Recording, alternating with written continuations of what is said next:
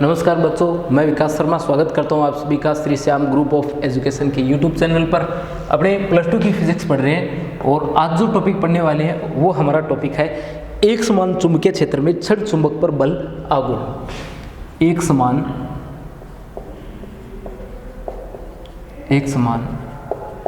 चुंबकीय क्षेत्र में छड़ चुंबक पर बल आघूर्ण। जिस प्रकार हम लोगों ने किसी द्विध्रुव पर बल तथा बल आघूर्ण का मान ज्ञात किया था जब अपने पढ़ रहे थे विद्युत क्षेत्र, उसी तरीके से यहाँ चुंबकीय क्षेत्र के अंदर भी अपने बल तथा बल आघूर्ण का मान ज्ञात करेंगे। तो एक छड़ ले लेते हैं, छड़ चुंबक ले लेते हैं अपने, ठीक है। ये एक छड़ चुंबक है, ये इसका N सिरा है और ये इसका S सिरा है। और ये कहाँ स्थित है? ये एक समान चुंबकीय क्षेत्र में स्थित है। इस तरीके से चुंबकीय क्षेत्र क्या है? एक समान चुंबकीय क्षेत्र है। तो एक छड़ चुंबक आपके पास में है और वो कहाँ स्थित है? वो एक समान चुंबकीय क्षेत्र में स्थित है। एक समान चुंबकीय क्षेत्र B वेक्टर में स्थित है। यहाँ देखो F इक्वल कितना आएगा? MB आएगा।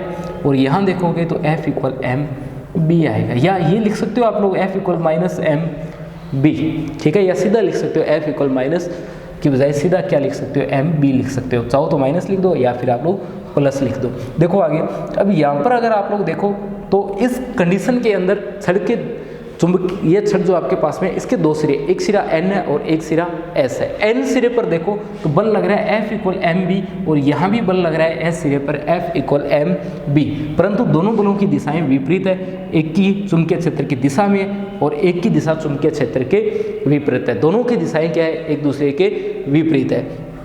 तो अब क्या होगा? इनकी क्रिया रेखा देखनी पड़ेगी और इनकी क्रिया रेखा को अगर देखोगे तो वो एक ही है। तो दोनों बलों की दिशा विपरीत है और क्रिया रेखा समान है, जिसके कारण परिणामी बल कितना लगेगा? जिसके कारण परिणामी बल जो है वो लगेगा 0। तो परिणामी बल जो आपके पास में यहाँ लगने वाला है वो लगेगा 0।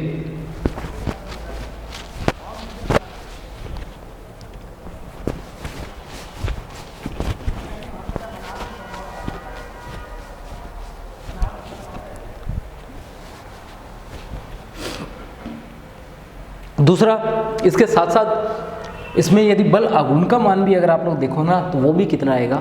0 आएगा। क्यों? क्योंकि इनकी क्रिया रेखा एक, और जब क्रिया रेखा एक होगी तब बल आघूर्ण भी यहाँ पर कार्य नहीं करेगा। सेकंड केस की बात करते हैं जिसके अंदर अपने पास में यही चुंबकीय छड़ है और इसे अब क्या किया गया है? किसी कोण पर हम लोगों ने रख दिया है।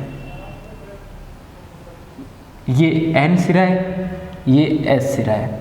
इस पर जो लग रहा है F इक्वल MB बल लग रहा है और यहाँ जो बल लग रहा है ये लग रहा है F इक्वल MB। दोनों बलों की दिशाएं तो अब भी विपरीत है, परंतु इनकी क्रिया रेखा की अगर बात करोगे तो इनकी क्रिया रेखा जो है वो क्या है? अलग अलग है। इनकी क्रिया रेखाएं यदि देखें बलों की तो इन बलों की क्रिया रेखाएं क्या है? अलग है,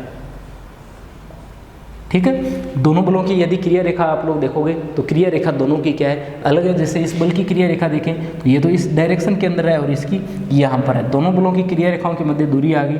ये इसकी प्रभावी लंबाई माननी पड़ेगी, आपकी मर्जी है। L मानो या 12 मानो, या तो 12 मानने की जरूरत ही नहीं है, L मान लेते हैं। 12 तो अपने जो लास्ट टॉपिक किया तो उसमें जरूरत पड़ी थी क्योंकि आपको बार बार उसको हाफ करना पड़ता, तो L/2 आता, उससे अच्छा है आपने पहले ही उसको 2L ले लिया।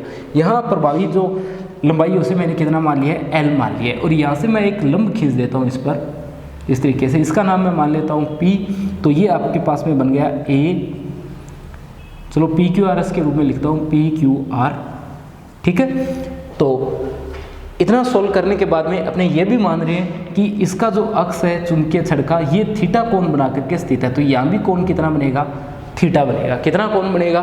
थीटा कोण बनेगा। और ये कितना है? 90 डिग्री है। L को यदि इस साइड देखोगे तो L कोस थीटा आएगा और यहाँ देखोगे तो L साइन थीटा आएगा, ठीक है। अपने बल आघूर्ण का सूत्र लिखते हैं। दोनों बलों में से किसी एक बल का परिमाण और दोनों बलों के मध्य जो क्रिया रेखा है उनके मध्य लंबवत दूरी। तो इनकी क्रिया रेखा एक की ये है, एक की ये, इनके मध्य लंबवत दूरी जो है वो कितनी है? L sine theta. तो अब अपने क्या करेंगे? बल आघूर्ण का मान ज्ञात करेंगे। तो बल आघूर्ण कितना आएगा? बल गुणा बलों के मध्य लंबवत दूरी।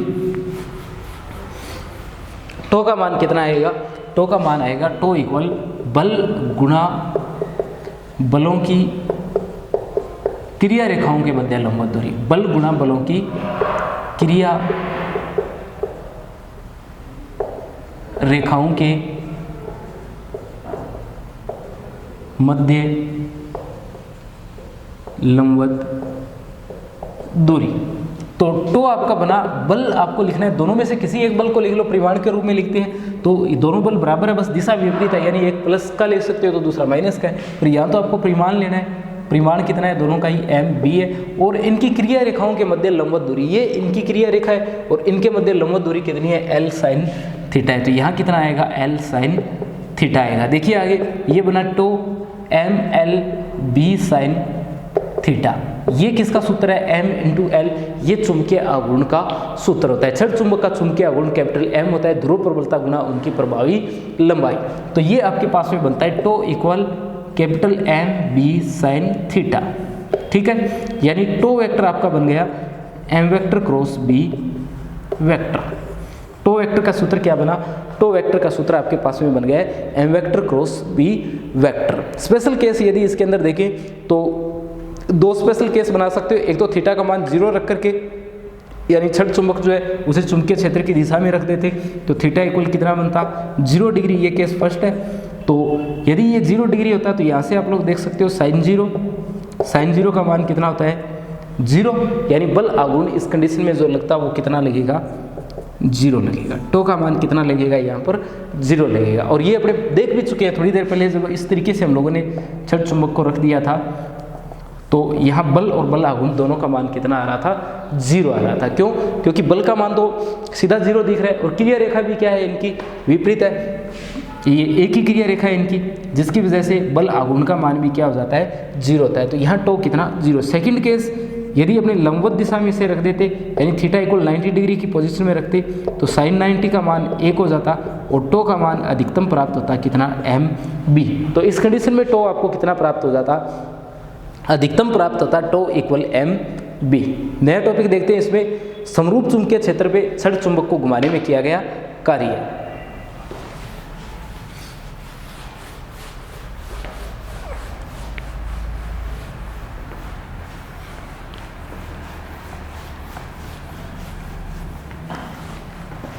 नया टॉपिक हमारा समरूप चुंबकीय क्षेत्र में छड़ चुंबक को घुमाने में किया गया कार्य है। समरूप चुंबकीय क्षेत्र में छड़ चुंबक को घुमाने में किया गया कार्य,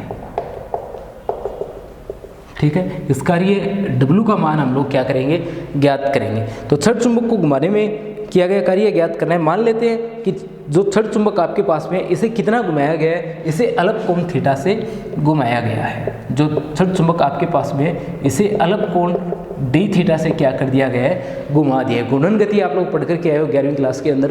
तो डी डब्ल्यू किसके बराबर होगा, टो डी थीटा के बराबर होगा। टो का मान थोड़ी देर पहले ज्ञात किया था हम लोगों ने, एम बी साइन थीटा और डी थीटा। यहाँ टो किसकी इक्वल है, एम बी साइन थीटा के इक्वल है। टो किसके बराबर है भाई, एम बी साइन थीटा के बराबर है। रख दिया टो का मान, तो ये कितना बना, D W equal M B sine theta और डी थीटा। अब छड़ चुंबक को थीटा 1 से थीटा 2 कोण घुमाने में किया गया कार्य, तो घुमा देते ये W और थीटा 1 से थीटा 2 और एम बी साइन थीटा और डी थीटा। W किसके बराबर, एम बी बाहर और अंदर बचा सिर्फ साइन थीटा और डी थीटा, थीटा 1 से लेकर के थीटा 2। बस आपको आगे क्या करना है, इस समीकरण का समाकलन करना है। जैसे ही आप लोग इस समीकरण का समाकलन कर दोगे, समाकलन करने के साथ में ही आपके पास में W का मान जो है वो प्राप्त हो जाएगा। तो देखिए W का मान, W इक्वल एम बी और साइन का किया माइनस का कोस थीटा या समाकलन किया है, और थीटा 1 से थीटा 2 तक हमें इसे घुमाना है। सबसे पहले लिमिट रखोगे, यह है W M B equal minus का कोस थीटा 2 और माइनस प्लस का कोस थीटा 1, यानी फॉर्मूला बना W equal M B cos theta 1 minus cos theta 2, समीकरण 1। ये क्या है, जो छड़ चुंबक आपके पास में है उस छड़ चुंबक को घुमाने में किया गया कार्य है। अब स्पेशल केस के रूप में यदि अपने इसमें देखें और मान करके चले कि छड़ चुंबक जो है इसे साम्य अवस्था से थीटा कोण तक हम लोगों ने क्या किया है, घुमाया है। केस फर्स्ट, यदि हम लोग ये माने कि अपने इसे कितना घुमाया है, इसे थीटा 1 0 से लेकर के थीटा कोण तक घुमा रहे हैं, यानी साम्य अवस्था से इसे थीटा कोण तक यदि आप लोग घुमा रहे हो तो उस समय W का मान कितना आएगा, ये आएगा एम बी कोस थीटा 1 की जगह 0 आ जाएगा और 0 ही, और माइनस का कोस थीटा 2 की जगह थीटा, तो W इक्वल एम बी और यहाँ 1 कोस थीटा। ये फॉर्मूला आपको ये जो है वो प्राप्त हो जाएगा, W equal M B 1 minus cos theta. आगे बढ़ते हैं और देखते हैं यदि 0 डिग्री से 90 डिग्री तक आप लोग इसे घुमा देते, कहाँ से कहाँ तक घुमा देते, 0 डिग्री से लेकर के 90 डिग्री तक अगर आप लोग इसे घुमा देते, केस सेकंड आ जाएगा। फिर ये केस सेकंड, अगर आप लोग क्या करते इसे 0 डिग्री से लेकर के 90 डिग्री तक घुमाते, तब क्या होता, तब बनता W इक्वल एम बी और कोस 0 डिग्री माइनस का कोस 90 डिग्री, ठीक है। तो उस कंडीशन में आपके पास में ये बनता है W एम बी कोस 0 का मान 1 और उसका 0, ठीक है। तो ये बनता W इक्वल एम बी। घुमाने में कितना कार्य करना पड़ता, ये करना पड़ता आपको W इक्वल एम बी, ठीक है। तो इस तरीके से आप लोग क्या कर सकते हो, किए गए कार्य का मान जो है वो ज्ञात कर सकते हो। अगर एक दो स्पेशल केस आप लोग इसमें और लिखना चाहो तो लिख सकते हो, ठीक है। आगे बढ़ते हैं और देखते हैं छड़ चुंबक में चुंबकीय द्विध्रुव, एक समान चुंबकीय क्षेत्र में चुंबकीय द्विध्रुव की स्थितिज ऊर्जा। जो चुंबकीय द्विध्रुव आपके पास में, इसकी स्थितिज ऊर्जा अगर आपको ज्ञात करनी हो तो क्या करेंगे, बस फिर से आपको इसका समाकलन करना पड़ेगा, कार्य का मान ज्ञात करना पड़ेगा और कहाँ से कहाँ तक करना पड़ेगा, 90 डिग्री से लेकर के इसकी वर्तमान पोजीशन तक आपको करना पड़ेगा। क्यों, क्योंकि इस कंडीशन में आप लोग कार्य करोगे, इसकी जो न्यूनतम स्थितिज ऊर्जा है, शून्य स्थितिज ऊर्जा है, उससे वर्तमान स्थिति तक कार्य जो है उसे करना पड़ेगा, ठीक है। देखिए अपना नया टॉपिक,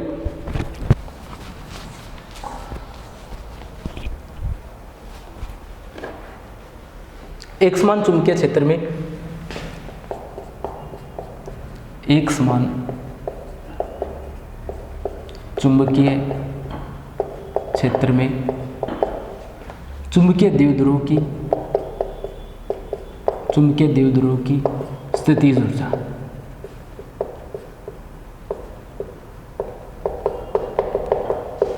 एक समान चुंबकीय क्षेत्र में चुंबकीय द्विध्रुव की स्थितिज ऊर्जा।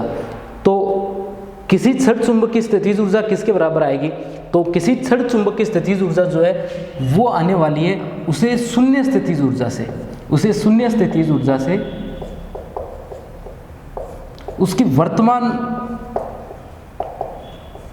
अवस्था तक लाने में जो कार्य आप लोग करोगे, ठीक है, उसकी शून्य स्थितिज ऊर्जा से वर्तमान स्थितिज ऊर्जा की स्थिति में आप लोग उसे लाने में जो कार्य करोगे वो कार्य किसके बराबर आ जाएगा, वो कार्य आ जाएगा द्विध्रुव की स्थितिज ऊर्जा के रूप में। यानी आपको इसमें क्या लिखना है, किसी द्विध्रुव की स्थितिज ऊर्जा किसके बराबर होगी, जो उसकी शून्य स्थितिज ऊर्जा से वर्तमान स्थिति तक घुमाने में लाने में जो कार्य करेंगे, घुमाकर लाने में जो कार्य करेंगे वो किसके बराबर आ जाएगा, वो आ जाएगा उसकी स्थितिज ऊर्जा के बराबर। यानी उसे आपको शून्य से वर्तमान स्थिति तक लेकर के आना है और क्या करके लेके आना है, घुमाकर लेके आना है, ठीक है। और घुमाने में जो आप लोग क्या करोगे, कार्य करोगे, वो आ जाएगा आपका उसकी स्थितिज ऊर्जा के बराबर, ठीक है। तो dW का मान आप लोग देखोगे फिर से, और कण की शून्य स्थितिज ऊर्जा जो है वो मानी जाती है उसकी 90 डिग्री पर।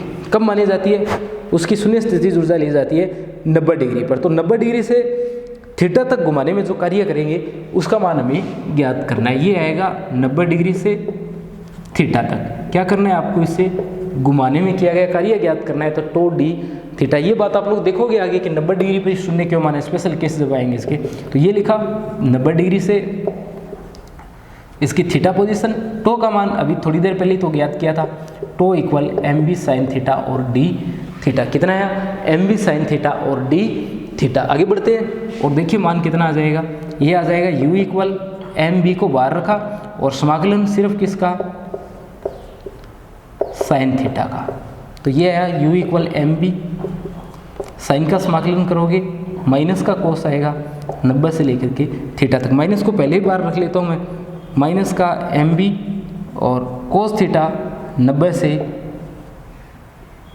थीटा तक। तो u इक्वल माइनस का एम बी और ऊपर वाली लिमिट रखी कोस थीटा माइनस का कोस 90। कोस 90 का मान आप जानते हो कितना होता है, 0। तो u का मान कितना आया, एम बी कोस थीटा, यानी u इक्वल कितना आया, माइनस का m vector dot b vector. Dot लगाना पड़ेगा अब की बार। ऊर्जा की बात करें, ऊर्जा अदिश राशि है, तो u का मान आ गया माइनस का एम बी कोस थीटा या minus m vector dot b vector. ठीक है, तो अब अगर आप लोग क्या करो, इसमें स्पेशल केस लगाओ। तो स्पेशल केस देखिए क्या आएगा यहाँ पर, स्पेशल केस यदि लगाएं इस समीकरण पर यहाँ लगा देंगे तो केस फर्स्ट, देखिए केस फर्स्ट आपके पास में क्या आएगा, केस फर्स्ट के लिए आप लोग थीटा का मान रखोगे, केस फर्स्ट थीटा इक्वल रख देते हैं 0 डिग्री। तो कोस 0 आपके पास में आएगा और कितना आएगा, 1 होगा, कोस 0 1। तो यहाँ देखिए अगर आप लोग इस समीकरण में ये मान रखते हो, u का मान कितना है आपके पास में, u equal minus m B cos theta है, मान रख दो, u इक्वल बना माइनस का एम बी। तो यहाँ आपकी स्थितिज ऊर्जा जो है वो क्या आ रही है, न्यूनतम आ रही है। जब न्यूनतम स्थितिज ऊर्जा है तो ये इसकी कौन सी अवस्था है, ये इसकी स्थायी अवस्था है। ठीक है, ये कौन सा संतुलन में है, ये अभी स्थायी संतुलन की अवस्था में स्थित है। आगे बढ़ते हैं और केस सेकंड देखते हैं। केस सेकंड, थीटा का मान देखिए 90 डिग्री, तो कोस 90 का मान कितना हो जाएगा, 0 हो जाएगा। और कोस 90 का मान जब 0 होगा तो u का मान कितना आ जाएगा, 0 आ जाएगा। हमारे पास में जो u आ रहा है उसका मान कितना आ जाएगा, 0 आ जाएगा। थीटा इक्वल 90 डिग्री, कोस 90 का मान कितना, 0। तो u का मान कितना, 0। u का मान 0 आने का क्या मतलब है, तो u का मान 0 आने का मतलब हो गया कि आपका कण जो है उसकी स्थितिज ऊर्जा जो है वो कितनी है, कण की स्थितिज ऊर्जा 0 है। ठीक है, ये शुरुआत में मैंने आपको बताया था कि कण की स्थितिज ऊर्जा कहाँ पर 0 लेते हैं, थीटा इक्वल 90 डिग्री पर 0 लेते हैं। आपने देख भी लिया, जब थीटा इक्वल आप लोग 90 डिग्री रखते हो तो कण की स्थितिज ऊर्जा कितनी आती है, 0 आती है। आगे देखिए केस थर्ड, केस थर्ड देखें तो थीटा इक्वल कितना रख देते हो, अगर आप लोग 180 रख देते हो तो कोस 180 का मान कितना होता है, माइनस का 1 होता है। कोस 180 कितना होता है, माइनस का 1 होता है। u कितना आ जाएगा, माइनस का एम बी और ये माइनस का 1, तो u आ जाएगा प्लस का एम बी। स्थितिज ऊर्जा का मान अधिकतम आ गया, तो ये कौन सी अवस्था है, इसकी अस्थायी अवस्था है। ठीक है, तो u इक्वल एम बी जो आप लोगों ने लिखा है ये इसकी कौन सी अवस्था है, ये इसकी अस्थायी संतुलन की अवस्था है। तो इस तरीके से आप लोग देख सकते हो कि हम लोगों ने किसका मान ज्ञात किया है, छड़ चुंबक के लिए बल आघूर्ण का मान ज्ञात किया है, बल का मान ज्ञात किया है। बल तो F इक्वल एम बी प्राप्त कर ही लिया था हम लोगों ने उत्तरी ध्रुव के लिए, और माइनस एम बी या प्लस एम बी भी लिख सकते हो विपरीत दिशा में बताते हुए, तो वो एस ध्रुव के लिए है। टो का मान एम बी साइन थीटा के रूप में हम लोगों ने लिखा है। उसके बाद में घुमाने में कार्य का मान ज्ञात किया जो m B cos theta 1 minus cos theta 2 के रूप में प्राप्त किया है। उसके बाद में अपने क्या किया, कण की स्थितिज ऊर्जा का मान ज्ञात किया जो कितना है, u equal minus m B cos theta अपने को प्राप्त हुआ है। 3 स्पेशल केस इसके अंदर हम लोगों ने देखे हैं। अब इसी चैप्टर के एक नए पार्ट की शुरुआत करते हैं जो है हमारा भू चुंबकत्व। ठीक है, देखिए भू चुंबकत्व या पार्थिव चुंबकत्व,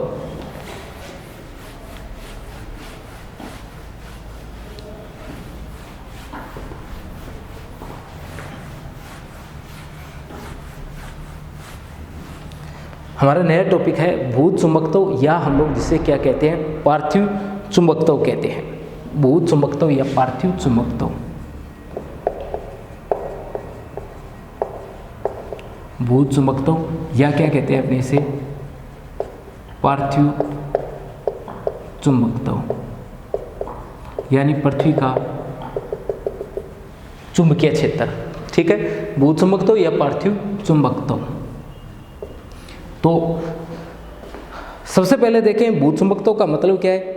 तो भू चुंबकत्व का मतलब होता है पृथ्वी के अंदर जो चुंबकीय गुण उपस्थित है उसी को अपने क्या कहते हैं, पृथ्वी के अंदर जो चुंबकीय गुण है उसी को कहा जाता है भू चुंबकत्व। पृथ्वी के चुंबकीय गुण पृथ्वी के अंदर जो चुंबक के गुण हैं उन्हें किस नाम से जाना जाता है? उन्हें जाना जाता है भूत चुंबकत्व के नाम से। भूत चुंबकत्व की यदि बात करें तो अपने पास में बहुत सारी ऐसी घटनाएं होती है जिनसे पता चलता है कि पृथ्वी के अंदर भी क्या है, चुंबकीय क्षेत्र है। कैसे पता चला? जैसे आप लोग क्या करते हो, किसी क्षण चुंबक को या किसी भी चुंबक को आप लोग लटकाते हो। चुंबक को लटकाने पर वो हमेशा कहाँ जाकर के ठहरती है? वो उत्तर दक्षिण दिशा में जाकर के रुकती है। और ऐसा कब संभव है? ऐसा तभी संभव है जब पृथ्वी में भी क्या हो, एक चुंबकीय क्षेत्र हो, यानी उसके एक ध्रुव को वो अपनी ओर क्या कर रहा है, आकर्षित कर रहा है, और दूसरे को अपनी ओर क्या कर रहा है, दूर भेज रहा है। तभी वो हमेशा चुंबक जो है एक निश्चित दिशा में जाकर के ठहरती है। इससे अपने को पता चलता है कि पृथ्वी के अंदर क्या है, चुंबकीय क्षेत्र विद्यमान है। और देखो, जब चुंबक को गाड़ा जाता है तो चुंबक को गाड़ने पर चुंबक का चुंबकीय क्षेत्र जो है वो क्या हो जाता है, नष्ट हो जाता है। तो किसी भी चुंबक का चुंबकीय क्षेत्र कब नष्ट होता है? किसी भी चुंबक का चुंबकीय क्षेत्र, शुरुआत में चैप्टर के मैंने आपको विचुंबकन चुंबक का गुण करवाया था, उसके अंदर बताया था कि किसी भी चुंबक का जो चुंबकत्व है वो उसमें नष्ट होता है जब या तो आप लोग उसे पीटते हो या गर्म करते हो या पृथ्वी के अंदर आप लोग विपरीत दिशा में उसे गाड़ देते हो, तब जो चुंबकत्व है उसका क्या हो जाता है, नष्ट हो जाता है। इसकी वजह क्या है कि पृथ्वी के अंदर गाड़ने पर जो चुंबक है उसका विचुंबकन हो रहा है। वजह है विपरीत चुंबकीय क्षेत्र।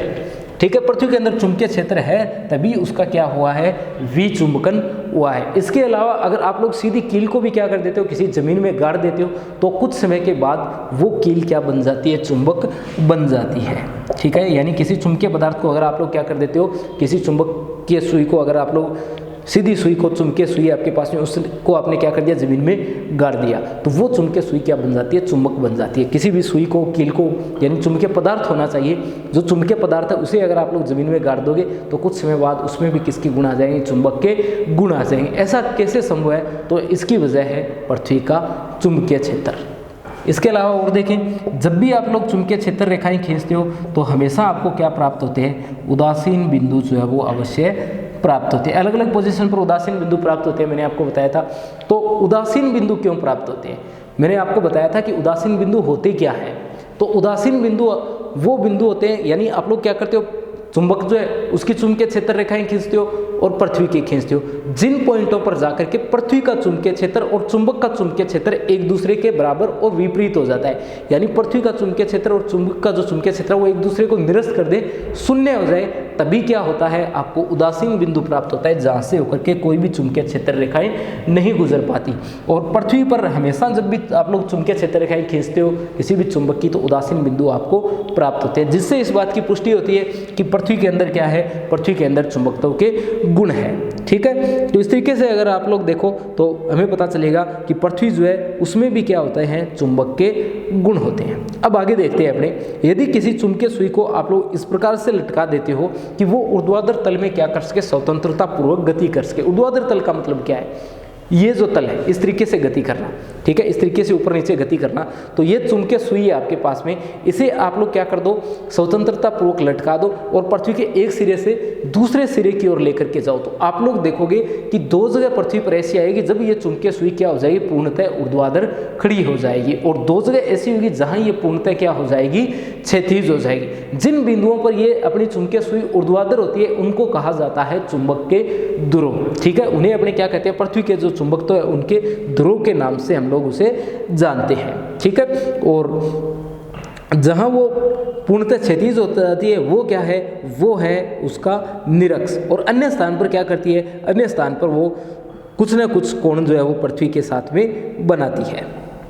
ठीक है, अब देखो अगर अपने डायग्राम की सहायता से इसे समझे तो पृथ्वी के जो चुंबकीय ध्रुव है वो पृथ्वी के भौगोलिक ध्रुवों से कुछ हट करके हैं।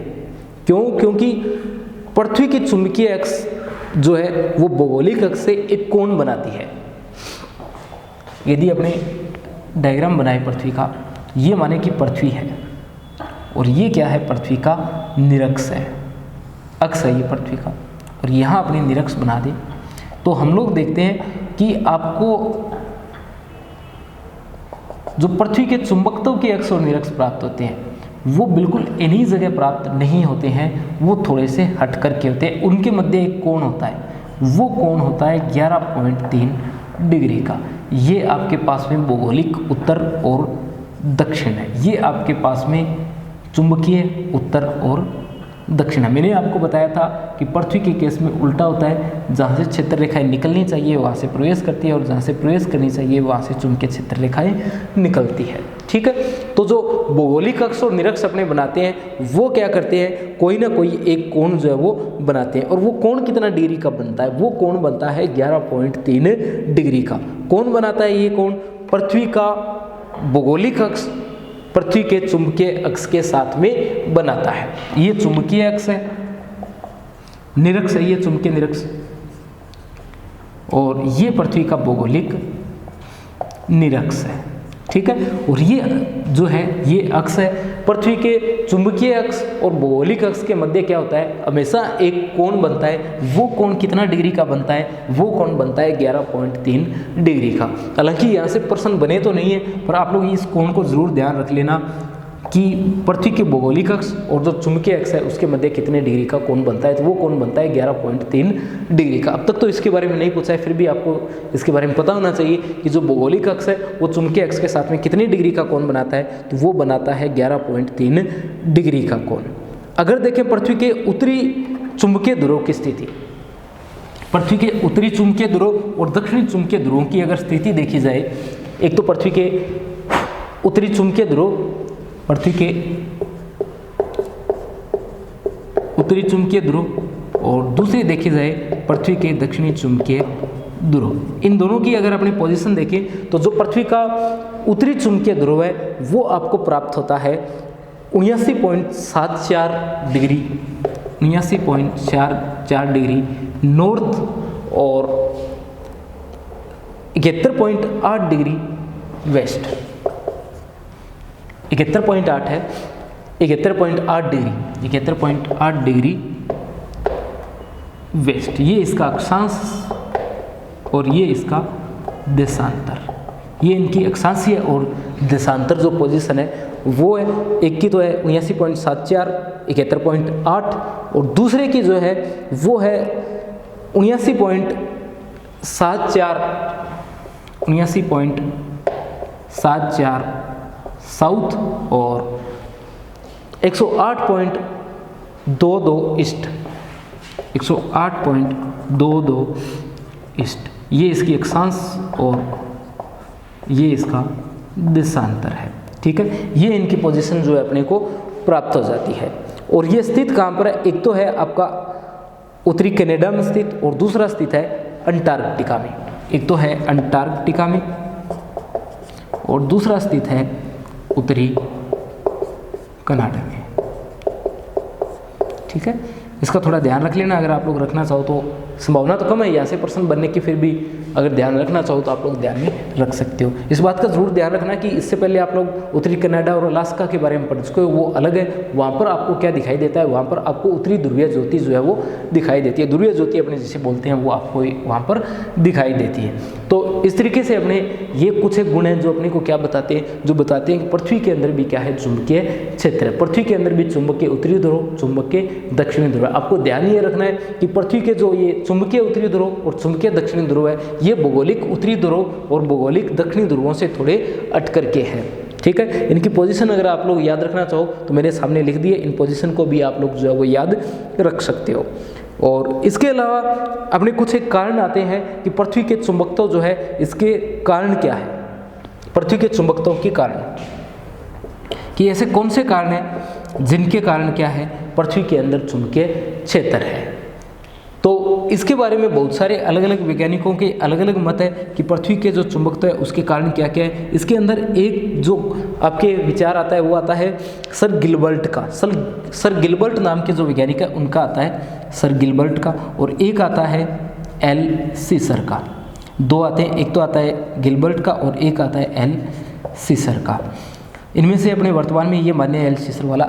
पहले आपको गिलबर्ट का कथन बता देता हूँ कि इन्होंने क्या बताया। सर गिलबर्ट का मानना है कि पृथ्वी की जो गर्भ है वहाँ पर क्या है, एक बहुत बड़ा चुंबक स्थित है और उस चुंबक के कारण ही क्या है, पृथ्वी का चुंबकीय क्षेत्र है। परंतु ये बाद में सिद्धांत अमान्य हो गया। क्यों? क्योंकि ऐसा संभव नहीं है, क्योंकि पृथ्वी का जो ग्रह है उसका ताप क्या है, काफ़ी ज़्यादा है। अगर वहाँ पर कोई चुंबक होता तो उसका क्या हो जाता, विचुंबकन हो जाता। नेक्स्ट क्लास में अपने एल सीसर का पढ़ेंगे।